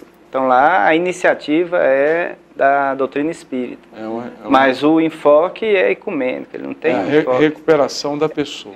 Tanto na área da psiquiatria, e lá tem uma escola de ensino fundamental já com 300 a 400 crianças. Está sendo construída uma grande escola lá, com teatros, com laboratórios. Então é um projeto de prevenção. Os meninos que lá estudam e que participam do convênio com a Prefeitura de Cultura também. Então lá não é um projeto hospitalar, lá é um projeto cultural, social e com diminuição da demanda, ao manter os meninos depois da escola no projeto cultural lá de convênio com a Prefeitura. Tá. Deixa eu fazer a última pergunta. Doutor Eduardo, o que se deve se fazer? Pelo menos vamos ser objetivo, eu sei que a coisa é para melhorar essa situação em Goiás, melhorar a polícia, colocar pelo menos temor mais na pessoa que tem problema de conduta, que mexe, que é o traficante. O que o Estado precisa fazer para melhorar? Precisa de investimento, apóstolo. Investimento é estruturação em torno da DENARC, que é a delegacia hoje responsável por repressão ao tráfico de drogas em Goiás. Uma questão mais abrangente, já falei para os ouvintes, que é a questão justamente da repressão nas fronteiras, o Brasil estruturar. Em relação ao Estado de Goiás, nós estamos aí com um projeto, o Dr. Odair apresentou um plano de ação. Em 2011, nós assumimos a DENARC em janeiro de 2011, essa equipe nova que está na DENARC, nós aumentamos em mais de 300% as apreensões de droga no estado de Goiás, fizemos sequestro de bens patrimoniais aí de mais de 30 milhões de reais, e nós estamos com um projeto agora encabeçado ali pela DENARC, com apoio do governo federal, e contamos também com o apoio do governo estadual, até o nosso deputado Fábio também pode nos ajudar nisso, que é a questão da criação do Departamento de Repressão Narcótica do Estado de Goiás. O que seria? Seria a DENARC em estrutura maior, abrangente em todo o Estado. Nós criaríamos alguns 14 GENARCs que já existem, vinculados à DENARC. Esses GENARCs trabalhariam em conjunto com a DENARC, mapeando todo o Estado de Goiás, e o departamento teria verba própria, federal e estadual, autonomia financeira, com estrutura, equipamento e inteligência. Porque hoje nós só combatemos os grandes traficantes e essas apreensões de cerca de 8 toneladas de maconha, essas apreensões de êxtase, de cocaína que foram recordes nacionais aqui pela DENARC, justamente pelo empenho dos policiais.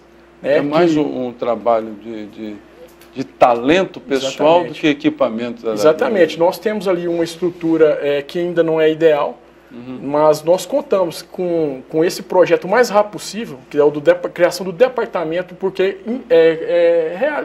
a realidade é que nós só conseguiremos combater, diminuir essa entrada de drogas mais do que nós já estamos conseguindo com investimento financeiro no departamento que será criado em breve. Doutor, parabéns, viu? Parabéns. O policial hoje, seja o delegado, seja aquele que está lá no dia a dia, o agente, é um herói. Não é fácil combater o crime com a pouca estrutura que tem. Parabéns. Nós agradecemos, o apóstolo, agradecemos em nome da Polícia Civil, do Dr. João Góes, que é o nosso delegado titular, o delegado-geral, o Dr. Odair, que é o delegado titular da DENARC, todos os delegados que ali compõem, e dizer para o senhor que isso realmente nos conforta, é o que nos alegra, porque nós deixamos nossas famílias em casa, nós vivenciamos os problemas da sociedade goiana, tentando repreender o combate ao tráfico de drogas. Nós passamos noites em claro, fazendo investigações, diligências, infiltrações, campanas. Não é um serviço fácil, um serviço de risco. Os policiais que estão ali na DENARC, os que estão nos assistindo, são verdadeiros heróis mesmo, porque dão a vida em prol da sociedade e mesmo tendo essa estrutura ainda não eficiente, estrutura decente, né, nós combatemos de forma eficaz. Nós contamos com a colaboração da sociedade goiana, estamos ali em frente da DENARC, contando sempre com a sociedade goiana e com as igrejas, as associações, para que possa estar portas abertas para vocês. Okay. Doutor Wesley, a pergunta para o senhor é a última. O que tanto o poder municipal, estadual, federal deve fazer para a recuperação Porque para mim o viciado é um doente, né? Para tirá-lo dessa doença. O problema não é o maior, não é o dependente, é o traficante. Então esse dependente, o que os poderes, tanto estadual, municipal e federal, pode fazer para recuperar? Ampliar os recursos de repressão, atender com programas conscientes, capacitação do pessoal que já existe no Estado, capacitar esses que já estão como assalariado do Estado, da Prefeitura. Não precisa contratar mais ninguém, não? Precisa não, precisa capacitar. Precisa envolver as escolas envolver e engajar a família no atendimento. O usuário de drogas, existem múltiplos outras dependências no seio da família. Aquele paciente que vai lá, ele é o paciente indicado, mas na família dele tem outros padrões de uso. Investir quanto mais precoce possível nas políticas que englobem o álcool e a nicotina, as drogas legais. Elas são as mais graves, elas estão ligadas a todas as recaídas dos meus pacientes que voltam a usar droga porque não querem mudar o estilo de vida, eles querem ficar abstinente dessa ou daquela droga, isso não funciona. Trabalhar as disfunções na família, porque um indivíduo que tem uma família disfuncional, seja com conflitos, ele acaba não assumindo e nem tendo visão de responsabilidades. Acaba não tendo gerenciamento emocional depois e ele se expõe precocemente a situações de risco. Então, precisa ser criada essa estrutura e capilarizar o atendimento. Hoje, se você atender uma pessoa lá no U que tem uma hemorragia digestiva, você encaminhar para o serviço porque ele é alcoolista.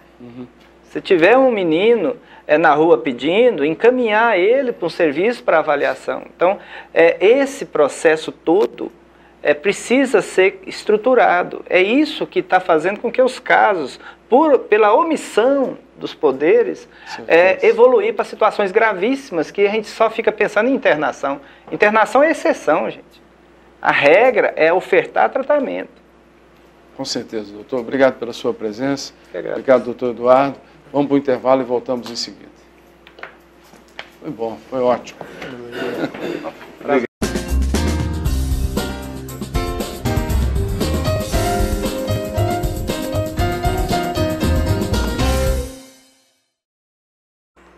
Muito bem, já de volta com Sociedade em Questão. Agora são 10 horas e 55 minutos. Você pode continuar ligando para concorrer a uma TV LCD 32 polegadas da Panasonic, respondendo a nossa enquete de hoje. Você acha que as drogas no Brasil viraram um problema de saúde pública? Olha a TV na tua tela. Você pode ligar 3220-1617. Quanto mais você ligar, mais chance você tem de ganhar. E para agitar um pouco mais a sua noite, recebemos agora a dupla Daniel e Cristiano ao vivo no Sociedade em Questão. Boa noite para vocês. Boa noite. Quem que é o Daniel? Daniel ou Cristiano? Sou Daniel e o Cristiano. É sempre na ordem. Sempre, né? Da direita para a esquerda. Às vezes nem sempre, né? Às vezes varia um pouquinho, né? Mas aqui no caso é Daniel e o Cristiano, daqui para lá. Ok, tá certo. A gente queria agradecer primeiramente o espaço, né, do Sociedade em Questão. É um prazer para a gente estar aqui, Daniel e o Cristiano, mostrando um pouquinho do nosso trabalho. O prazer é nosso. Conta um pouquinho pra gente, então, como é que vocês começaram. A gente se conheceu através de amigos em comum, né? Que apresentaram a gente. O projeto em si, ele já existe há 2 anos. E eu trouxe esse projeto de Portugal para cá. E eu conheci o Cris aqui, né? E através de amigos da música. E a gente cantou umas modas junto. Falou, acho que dá certo. Vambora.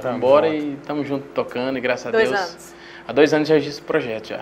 Mas vocês dois juntos? Nós dois juntos já tem o quê? Tem 3 meses que a gente tá junto. Ah, sim. E agora, porque assim, o projeto existia numa outra formação. Sim, entendi. Né? E agora a gente tá com essa formação nova, Daniel e Cristiano, que veio de fora, veio da Europa pra cá, é uma história longa. Importado, hein? Sertanejo importado. Vamos ver então como é que virou? O que virou disso? Vamos lá, essa música que a gente vai cantar agora é uma música minha, que até entrou no DVD do Gabriel Gava, que é um grande amigo meu. Vamos lá. É uma música muito bonita, particularmente, mais ou menos assim.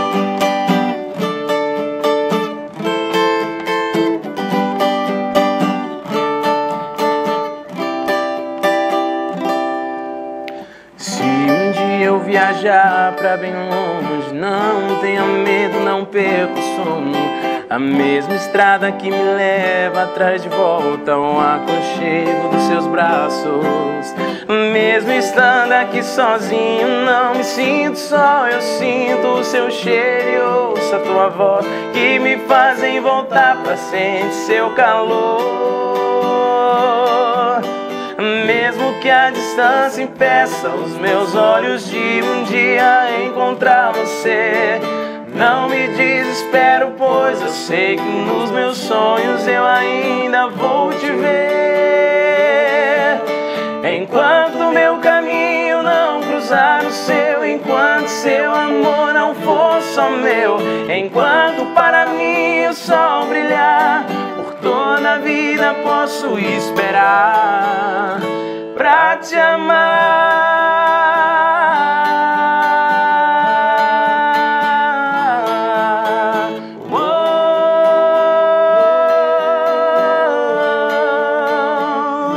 Pra te amar. Olha só, Daniel e Cristiano aqui no Sociedade Questão, música bonita, autoria de vocês mesmo então. É, exatamente, entrou agora no DVD, para mim foi um grande presente, né, entrar num DVD a nível nacional pela Som Livre. E CD de vocês, estão preparando alguma coisa? Agora a gente está em fase de acabamento já do CD, do primeiro CD nosso, e acho que pro meio de fevereiro acho que já deve sair já o CD, se Deus quiser. Olha que e bacana. como é que vai ser, ou como é que está esse CD? Mais músicas lentas, romântico ou tem? A gente pegou um pouco da mistura, né? Misturou um pouquinho do sertanejo universitário, a rocha e romântico também. O sertanejo não tem como falar do sertanejo se não falar da parte romântica do sertanejo. Então a gente misturou de tudo um pouquinho, acho que vai agradar todo mundo. Vai ser e tem músicas autorais? É, a maioria é autoral. Ah, né? legal. A maioria mesmo vai ser mais ou menos um CD de 11, 12 faixas. A maioria vai ser só umas 2 ou 3 que são regravações, mas o resto é tudo autoral. E qual que é a música que você acha assim, de vocês que vai pegar nesse CD, que vai levar a galera a curtir? Essa música nossa, essa que a gente tocou agora, vai ser uma linda canção. Vai ser uma música que a gente vai querer inicialmente música começar a trabalhar, né? Que até surgiu o interesse não só do Gabriel Gava, como de outros artistas também. Então a gente se despertou também pela música, também por essa música, para poder começar esse trabalho em 2013 e o trabalho do Daniel Cristiano com ela também. Vamos ouvir mais uma? Vamos tocar um que a gente costuma tocar no show também. Vamos lá, fica à vontade. Dá um mi aí. Hoje cedo eu chorei e acordei com você na cabeça. Não peça pra que eu te esqueça, pois todo mundo me lembra você. Hoje cedo tocou a canção que você mais gostava. Parece que você estava comigo e por isso eu liguei pra você. Eu tentei, eu lutei, fiz o possível,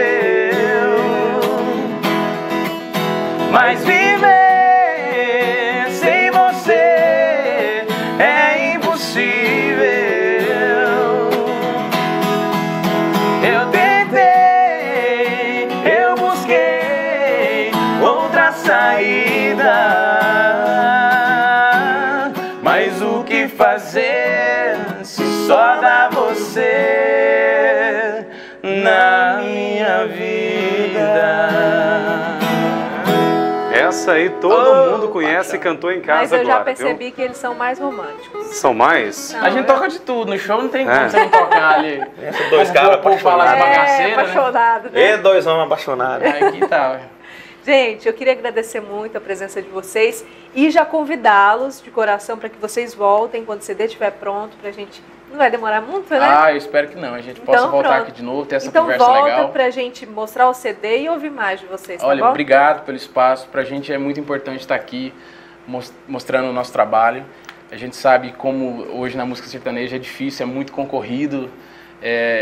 Tá conseguindo um pequeno espaço ali para poder mostrar o trabalho e eu queria As agradecer. portas estão sempre abertas. Em E nome o de Daniel telefone de contato de vocês? Telefone de contato é 9234-3460 ou... Tá aí no vídeo, né? Tem 3, né? 82-34-29. Beleza, pode 36, escolher. 63 também. Pode escolher qual operadora Tá quiser. Tá ótimo, gente. Muito obrigado. Obrigada, viu? Prazer recebê-los. Prazer é todo nosso. E as portas estão sempre abertas. Boa noite, Robson. Boa noite para você, Mariana. Uma boa noite para você de casa. E o Sociedade Questão volta na próxima segunda-feira para você. Uma boa noite pra você. Até semana que vem. A gente termina com música. Vamos lá?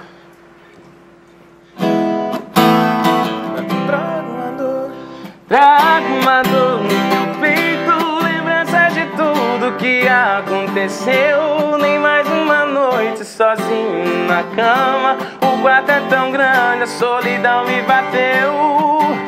Tento passar o meu tempo assistindo a novela na televisão. Tentei ler um livro que fala de quem guerra, mas nada que faço me chama atenção. Vem que eu te espero, entra pela porta da frente. Não deixe que o medo acorrente esse amor que é mais forte que as brigas da gente.